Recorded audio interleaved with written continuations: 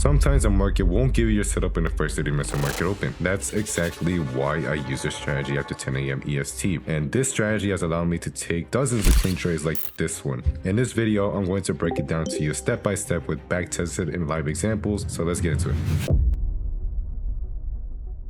Step 1. What's first? My entire strategy is built around two levels, the pre-market high and pre-market low. When market opens at 9:30 a.m. EST, that shaded part in the market right here, this yellow part, this is the pre-market session. All you need to do is mark at the pre-market high and pre-market low, and that becomes your zone. These two levels dictate what happens next. Step 2. The breakout. Now, here's the part that matters. You need to see a breakout above or below the pre-market session. If the first 30 minutes of market open does not give you the setup, that's exactly when you should jump onto the 5-minute time frame after 10 a.m. EST. Anything assigned these two lines, this is chop. That's why I call it the no trading zone. Step 3. Finding the entry. Once we break out, you can start looking for an entry. This is where most traders get lost. I always look for a trend in a specific candle to show up. My go-to setup, I call it the Pac-Man candle setup. When the trend starts, the first thing I check is volume. This is the volume right here. As you can see right here, this is the volume. The volume must match the direction of where it's going. Then I look for a candle that's contained within the previous candle, moving with the trend. Check this out. This is the exact setup I look for every day. Part 4. What is contained? What does this mean? What does contained mean? If we're pushing towards the downside, I'd want to see a candle that doesn't break below the previous candle's low. So that's why I put the downtrend right there. As you can see, meanwhile, it doesn't push below, doesn't break below, we could essentially call this a Pac-Man candle. Check this out. Meanwhile, pushing below, downtrend. Meanwhile, it doesn't break below, it's a contained candle, as you can see right there. And if we're pushing towards the upside, is not breaking above the previous candle, we can essentially call this a Pac-Man candle. It's contained. So part 5, the confirmation no one talks about. Now here's the part almost no trader teaches: how to confirm a trade. There's something every trader has on their screen. It's called the bid and ask, but no one really pays attention to it. So think of bids and asks like an auction. Bids are what buyers are willing to pay, and ask are what sellers expect from the buyers. Part 6, the bids and ask confirmation. If we're pushing towards the upside, you want to see the buyer number get lifted. So this number get lifted, as you can see right here, is getting lifted. That means that buyers are stepping up and taking control. Count for 5 seconds while price sits in your zone right here. And if buyers keep lifting in that zone for 5 seconds, you could essentially take it towards the upside. And if we're pushing towards the downside, you want this buyer number collapsing and getting next to the seller number. That means buyers are breaking. So same thing, count for 5 seconds in the zone that you're exactly watching, and if they break, you enter. So you want to see the buyers break to get closer to the seller number. That's how you know the bids and asks are breaking. So section 7, now transitioning to the examples. So now that you know the structure, the entry, and the confirmation, so now let's jump into back tested and live examples so you can see exactly how this plays out. Now I'm going to show you back tested and live examples. So this example is an example of NVIDIA pushing towards the downside, but as you can see right now, there is no entries on a 2-minute time frame. So after 7, so what you want to do is go into your 5-minute time frame, and as you can see right now, it broke below the pre-market low. So now that that's done, all you need to look for is a nice little entry with a nice BC candle. So let's jump onto the 5-minute time frame. As you can see right here, this is giving us a nice little entry. So check this out. It's the same example of what I was talking about to you guys on the slides. So check this out. The stop loss will be on the previous candle. Your entry will be a whole number. So let's say 188.8. As you can see right here, this is the zone that I'm targeting right now. So once it gets below 188.8, essentially count for 5 seconds. And if the bids and asks break, that's your entry point right there. So check this out. Look how this trade played out in the real time. So I'm going to show you a live example of what the bids and asks need to do for you to take that trade. So check this out. I was watching this trade right towards the downside. It got into my zone and count for 5 seconds. If the bids and asks break right now, that's essentially my entry point. So look at it.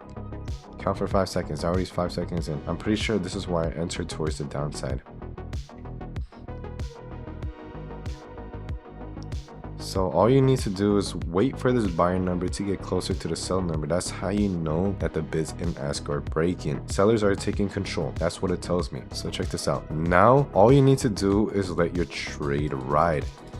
So you already done the hard part. Entering and essentially just waiting for your trade. Check this out. Absolutely beautiful, as you can see right here. Absolutely beautiful.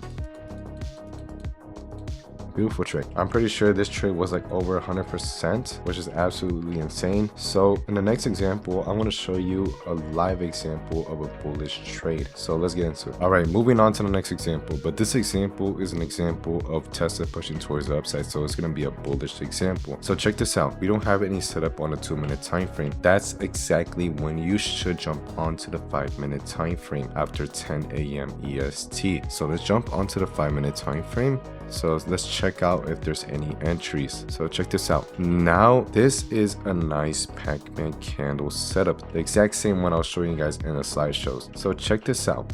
Meanwhile, it's holding above 0.382. This essentially is still a trade. Anything below 0.382, that is no longer a trade. You want to know why? Because that essentially makes the stop loss so much wider if it gets below 0.5 or anything below. That is no more of a trade. So check this out. It's holding above 0.236 and held above 0.382. That's exactly what you want to see. So now check this out. So you need to target a zone now. So let's target a whole number. So let's say 80.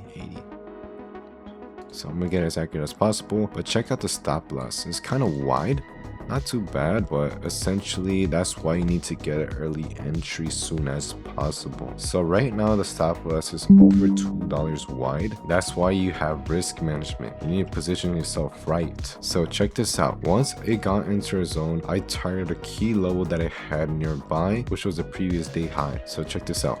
Mark this out, the previous day high.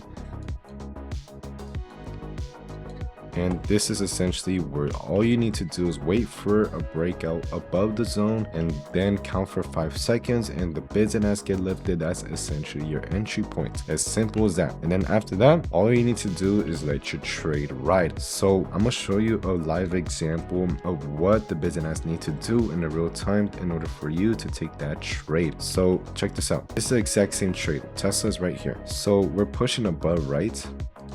It got into our zone. All you need to do is count for 5 seconds, and if the bids and asks get lifted for 5 seconds, that is essentially your entry points. So I'm pretty sure I entered right here. Watch the bids and asks get lifted. So you want this buyer number to get more lifted than the seller number. So seller number is always going to be low, but essentially you want that spread to be farther apart. That's essentially how you know that buyers are getting lifted. This is the spread right here. That's the spread between the buyers and sellers. That's how you know. So check this out. Onto the zone, and that's essentially where I entered, bro.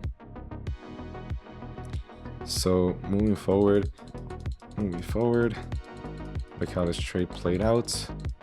Nice little entry, and then it got above, pretty sure high of day, the previous day.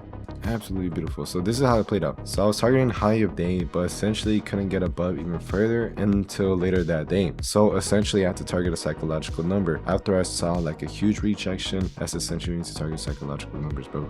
So take profit, take profit, take profit. Easy as that. So moving forward, now I'm going to show you an example of when not to trade. All right, moving on. This is an example of when not to trade. So check this out. Meanwhile, we do not break below the NTZ, the no trading zone. You do not look for a trade. So see how it's just getting rejected on and off of that pre-market low? That's essentially why you need to mark out the pre-market high and pre-market low. These are essentially critical levels of the market. You could take rejection plays, you could play bounces, all that just with the pre-market high and pre-market low, as long as you have confluence. So check this out. Throughout the day, we did not break above nor below until later that day, as you can see right there. So choppy Unfortunately, we do not trade within the afternoon. So I hope you learned a lot in this video, and I'll catch you guys in the outro. I hope you guys learned a lot in this video. If you want to see more videos like this, show love by subscribing to my YouTube channel and liking this video. And if I see you guys showing love, I'll post a 1-hour video explaining what I do in the first 90 minutes of market open. And if you also want to follow me on Instagram, TikTok, I'll post my social medias below. So without further ado, I'll see you guys in the next video.